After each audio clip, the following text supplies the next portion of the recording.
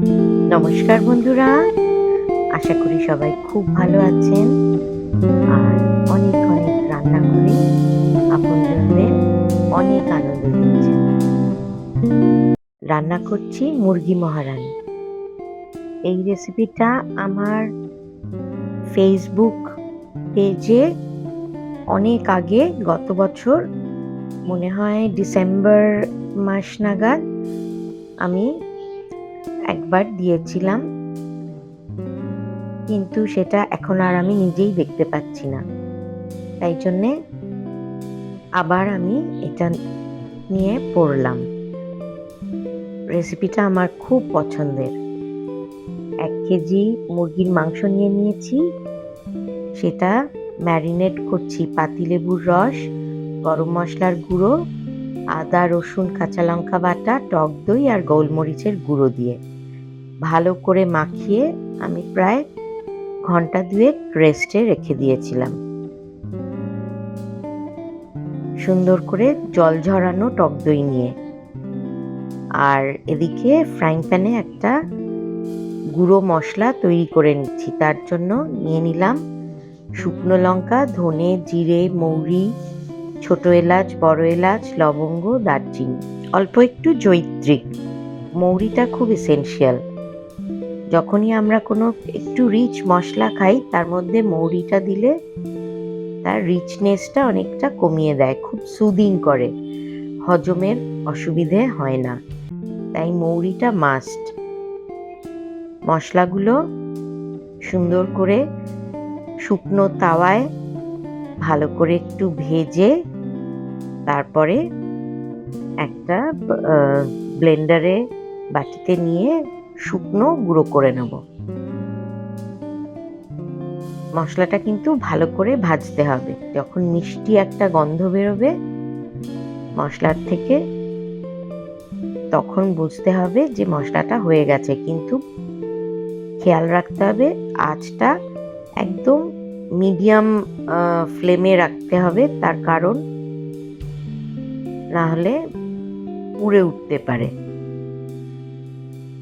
তাই জন্য যাতে না পোড়ে কিন্তু ভাজাটাও সুন্দর হয় সেইভাবে ভেজে নিতে হবে। ভাজার সময় শুকনো লঙ্কা বোটা সমেত ভাজলে শুকনো লঙ্কাগুলো ভালো ভাজা হয় আর বেশ মুচমুচে হয়। খালি খেয়াল রাখতে হবে গুঁড়ো করার সময় বোটাগুলো ফেলে দেওয়ার। তাই ভাজা হয়ে গেলে ওটা মানে বোটাগুলো শুকনো লঙ্কার ফেলে দিতে হবে। যাই হোক, মশলা ভাজা হয়ে গেছে, গুঁড়ো করে নিচ্ছি ঠান্ডা করে। এবার মূল রান্নায় আসি। এখানে আমি কড়াইতে প্রায় 4 চামচ তেল দিয়েছি আর তাতে 2টো পেঁয়াজ কুচি দিয়েছি। মানে খেয়াল রাখতে হবে 1 কিলো মাংসের জন্য 2টো পেঁয়াজ কুচি। পেঁয়াজ একটু মোটামুটি সরু সরু করে কেটে নিলেই চলবে। পেঁয়াজ খুব বেশি লালচে একদম বেরেস্তার মতন ভাজা হবে না, একটু নরম হবে, স্মুথ হবে, ট্রান্সলুসেন্ট হয়ে যাবে কালারটা। এই রকম অবস্থায় বুঝতে হবে যে পেঁয়াজটা ভাজা হয়ে গেছে। পেঁয়াজটা ওই মোটামুটি প্রথমে তেলটাকে খুব হাই হিটে গরম করে নিয়ে তারপরে পেঁয়াজ ছাড়ার পর আঁচটা কমিয়ে দিতে হবে। মানে একদম লো নয়, এই মিডিয়াম টু লোয়ের দিকে রাখলেই হবে। এরকম ট্রান্সলুসেন্ট হয়ে আসবে, তখন আমরা ম্যারিনেট করা মাংসগুলো কড়াইতে দিয়ে দেবো পেঁয়াজের সাথে। মাংসটা আমি প্রায় ঘন্টা 2 ম্যারিনেট করে রেখেছিলাম। ওটা 1 ঘন্টার মতো ম্যারিনেশনে রাখলেও কোনো অসুবিধে নেই। যাই হোক, এবার মাংসগুলো দিয়ে ভালো করে একটু নাড়িয়ে চাড়িয়ে নিতে হবে। এই রান্নাটায় আলাদা করে আর কোনো জল দেবার দরকার হয় না, কারণ দই দিয়ে মাখানো আছে তো, ওই দইয়ের থেকেও জল বেরোবে, মাংসের থেকেও জল বেরোবে, সেই জলেই প্রধান সেদ্ধটা হয়ে আসবে।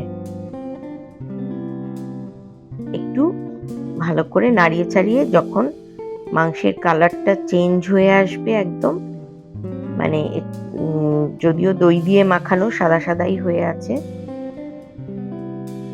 তবুও একটু মাংসের রংটা তেলে নাড়াচাড়া করার সময় একটু চেঞ্জ হয়।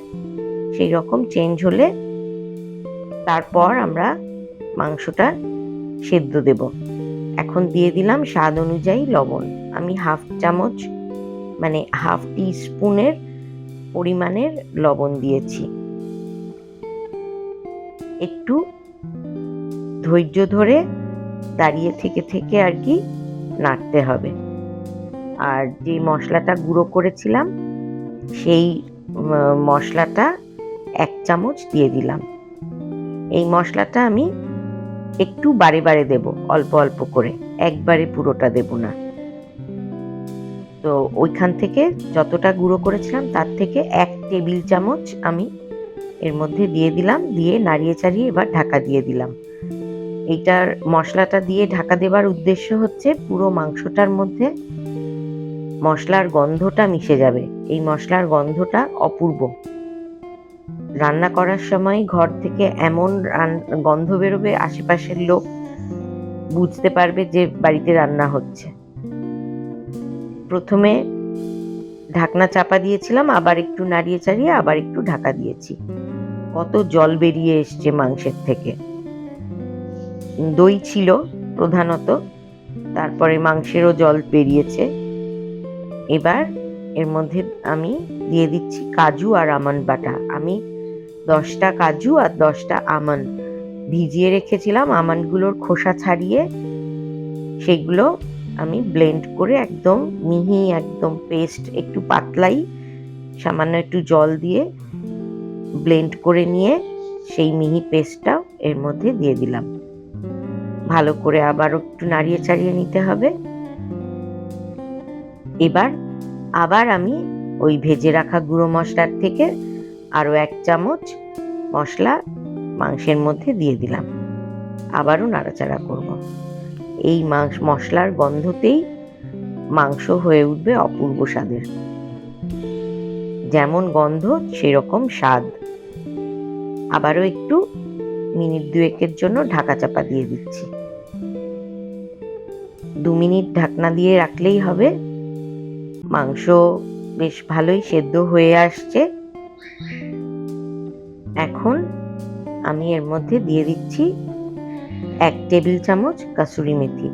কাসুরি মেথিটাও আমি একটু শুকনো তাওয়ায় তেলে নিয়ে, মানে শুকনো তাওয়ায় একটু হালকা ভেজে নিয়ে হাতের সাহায্যে গুঁড়ো গুঁড়ো করে ওর মধ্যে দিয়ে দিয়েছি।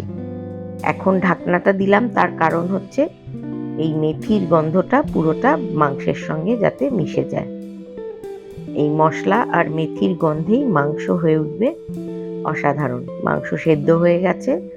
এবার এর মধ্যে আমি দিয়ে দিচ্ছি খানিকটা ফ্রেশ ক্রিম।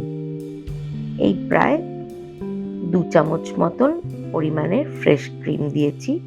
আপনারা চাইলে ক্রিমের পরিমাণ বাড়াতেও পারেন। আর যদি কেনা ক্রিম না থাকে, বাড়িতে দুধের যে সর পড়ে সেই সরও একটু ব্লেন্ড করে এর মধ্যে দিয়ে দিলে খুবই ভালো লাগবে। রান্না আমাদের মোটামুটি হয়ে এসেছে। এবার আমি গ্যাসের আঁচ নিভিয়ে দিয়ে 10 মিনিট মতন ঢাকনা চাপা দিয়ে স্ট্যান্ডিং টাইমে রেখে দেব। তৈরি হয়ে গেল আমাদের মুরগি মহারানী। রুটি, পরোটা, নান, পোলাও কিংবা ভাত, যা দিয়েই খান না কেন অপূর্ব স্বাদের। আর এই রান্নাটা অবশ্যই বাড়ির সকলকে একবার রেঁধে খাওয়ানো উচিত, কারণ এর স্বাদ হচ্ছে অসাধারণ। আমরা তো রোজই মুরগির মাংস খাই, একটু ভিন্নভাবে রান্না করলে বাড়ির সবাই খুব পছন্দ করবে। আর রেসিপি পছন্দ হলে লাইক আর শেয়ার করতে একটুও ভুলবেন না। আর কমেন্ট করে জানাবেন অবশ্যই রান্নাটা কেমন লাগলো। আপনাদের কমেন্টের অপেক্ষায় থাকব এবং অবশ্যই আমি তার রিপ্লাই দেব। খুব ভালো থাকবেন, ভালো খাবেন।